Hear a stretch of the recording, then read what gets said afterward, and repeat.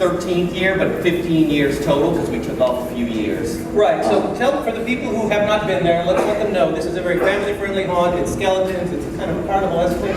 Why did you aim for that kind of a Halloween haunt? Because I don't like to be scared that much, and neither do my daughters. So basically, I'm a chicken and I've raised 2 chickens, and I just decided there was no place that we could go where people weren't chasing us with chainsaws and stuff. So I just said, let me try to do something that my kids would like and that I would like, and it just kind of caught on. So we're more the spirit of Christmas at Halloween.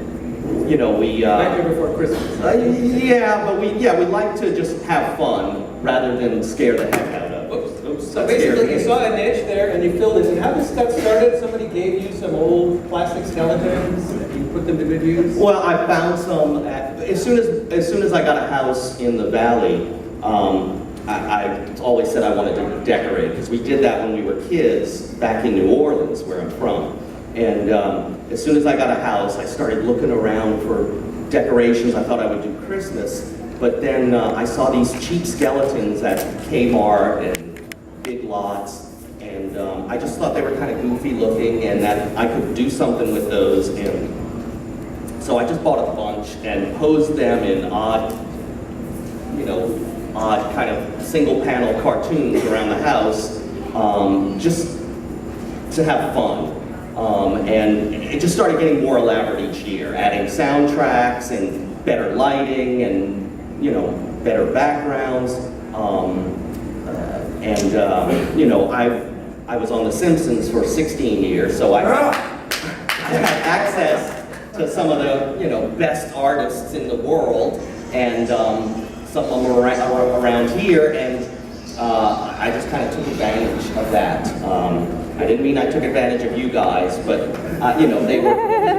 they were gracious enough to help out. They kind of liked Halloween. They liked to freak people out, and we were doing it kind of on a funny level. So I'm so thankful to the people that have helped me out: Matt Nasta, Nancy Cruz, Raymond Percy, who's won an Emmy for The Simpsons as well. So, I couldn't have done it without them. Their help. I think we have some video of Boney Island. Could we run that video so people who haven't seen the carnival skeletons can get a glimpse of what's going on? Yeah, it's carnival and kind of magic themed. We've changed it up. Gather around, everyone. Our show is about to begin. That's right. Gather around. Come closer.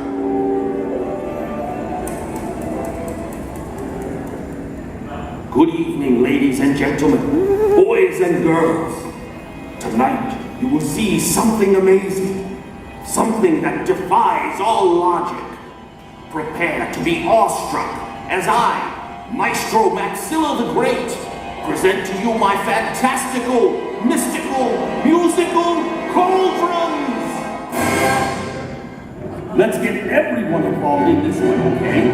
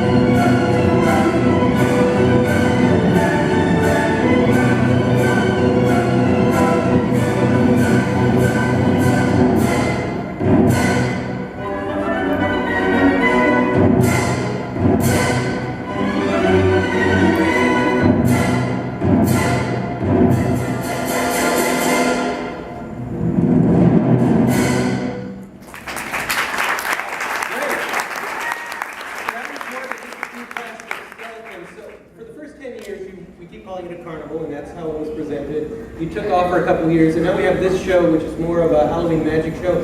Why the change? Were you just bored with the trick or trout and rotten candy gags? No.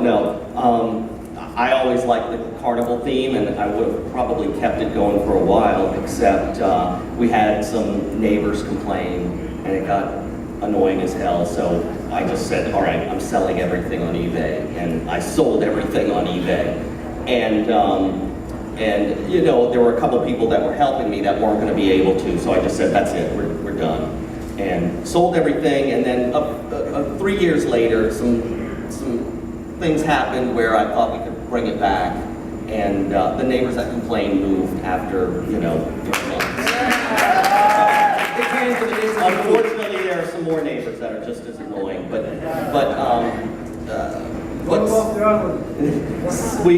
we decided to try to bring it back. We added a water show. My friend has been building this water show, so we created this story around it and used glow-in-the-dark water. It looks great, and I just decided to change the theme to magic since I couldn't build everything all over again. I just started building rigs again and just changed the theme, and it's worked out okay. You know, it's turned out nice. We've used some old magic posters from the 30s and 40s, and in Photoshop we've altered them to look like skeletons, and really adds a lot. So that's why we changed, because everything was gone. You know. Right. So you mentioned eBay and selling that old stuff. The old whirl and pearl merry-go-round, which looked like a witch holding 4 cauldrons that were supposed to be part of a merry-go-round. I saw it on top of a building on Ventura Boulevard. Somebody bought it. Right. I don't know what it was supposed to be advertised. Yeah, that was nice to drive by it sometimes and see it up there. So it still exists. Yeah, and people have said, oh, we've driven by a house and we saw your original the entryway. So people, I have no idea where everything went, but bits and it's pieces nice. of Boney Islanders all around LA. Yeah. But the new version, how long does that take to set up? We usually start in July, and it's I've started a little bit, but I haven't done that much, and so I'm panicking right now because I should be setting up right now. I'm doing You shouldn't be here. Yeah, I know. Fortunately, also I'm doing some freelance stuff for Disney Imagineering, and that deadline's coming up, so I'm kind of panicking about that and Halloween. So I don't want to be here. I'm nervous. Maybe get a crowd want to volunteer to help I'm Rick glad. get Yeah, if anybody has, Yeah. come on by. But yeah, so I'm really running behind. So as soon as I finish this Disney thing in the next few weeks, then I'm going to really just kick butt and getting moving. Yeah. So other practical considerations that people who are imagining doing their own house might not consider. Where does all this stuff go when it's not Halloween? Had to have 2 storage units, and I stored it at a couple of friends' houses in their attics. So it's just all over the place, and it just takes time to bring it together as well. How much electricity? Our bill last time was $1,800, the electric, and that's the electric and water. So it adds up, because we have a ton of electricity going through for all the stage lights and this water show. It gets up there. It costs a lot. Yeah. Hey, thanks. We're going to bring up now our next guest, who is Diane Meyer. She operates Rotten Apple 907 on California Street in Burbank. If you've never been, it's a really great haunt. They do a different theme each year, so you got to be careful. If you're looking for a name of something, if you're looking for Wizard of Oz, you're not going to find it because they only did that one year. Then it was Vampmont Village and Burbank Underground and various other things. So I think we have a PowerPoint slideshow. This is Diane, and she's going to walk us through a little bit of history and give you a little bit of an idea of what's in store for you if you go to Burbank this Halloween. This whole thing started as my daughter was born on October 26th. So we started doing birthday parties. She started out as a sweet little rainbow bride, and by the time we got to do the haunts, she turned into the dead prom queen. We've been doing it for, it said 24, but it's actually 23. And the first few years, we just did the haunt inside the house. So my daughter would have a birthday party in the back, and you would have to go through the haunt to get to the birthday party. And but then over time, it got to be, they want to do more and more. And some of the stuff you're looking at now is called the Queen. First, we just did whatever. We just made everything. One year, we took all the furniture out of the house and made a graveyard in the front house. And so, but this is one that we did the Queen, and it was partially in the house and partially out of the house. Zombies, okay. And then after that, there was a year that we didn't take all the first pictures, the first 15 years, I don't know where the pictures are. We couldn't find them, I don't know. And stuff. So then we started doing themes. And so then one year we did zombies. And then the next year we did, we had Vermont. And so we were trying to figure out themes and what we were going to do. My grandmother lived in an assisted living. And so thus came up Vermont Village, which is an assisted living for vampires. And so we had all the different rooms that my grandmother actually had in her place. Like we had the nurse's stations, we had little pills, and we had blood dripping into the guy's mouth, and we did all sorts of things like that. And they had sleeping room and therapy room, and smoking room, and all that kind of stuff. So it was fun to. And then we decided we liked the ideas of the different themes, and liked sticking to that because we could come up with. So then we decided to do Malice in Wonderland. And so it was one of ours, that's really what sparked our interest. We got a lot more help too. Before it was just family, now we have extended family helping us.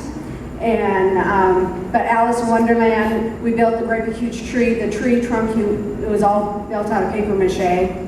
And you walked through the paper mache and you walked through, so we built all that. And that was our first, the caterpillar my daughter built. I carved out the face out of foam. She built the whole body out of foam. You should explain, it was a big caterpillar. I'm not sure, did we see the photo? It was 9 foot. You might not be able to get the sense of perspective from the photos, but it towered over you and it leaned down and looked like it was going to collapse on you. It was pretty intimidating. Yeah, so it was pretty cool. That was when we started really getting, then we did the Wizard of Oz, and stuff, and we had the witch's legs. What we got into then is when we got into doing more of the animatronics even more. And the NEM's house, when you went in, it shook. It was on airbags. So it started shaking, and then it opened up the door, and you went through the spinning tunnel, which was the tornado. And then you went through the forest, which we built all the trees in the forest, paper mache and stuff, and then we got the cave, and then of course you gotta, it's gotta be, so we had toxic waste dump. And the Wizard of Oz, Emerald City toxic waste dump, so.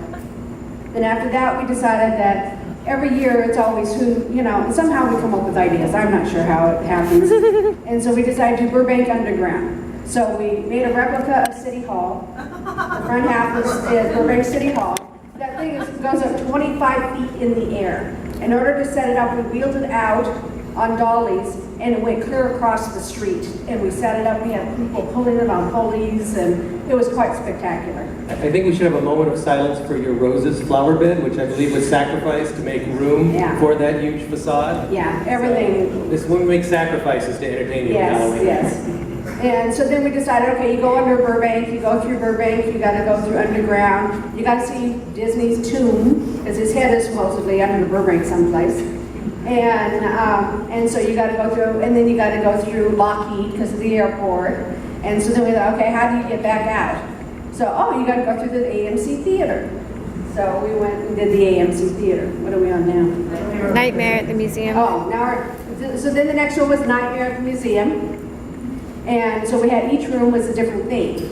And we went into the lobby, and then we had the caveman area. We had several dinosaurs that year. We had one that was an animatronic dinosaur that his mouth went, and stuff, and came out at you.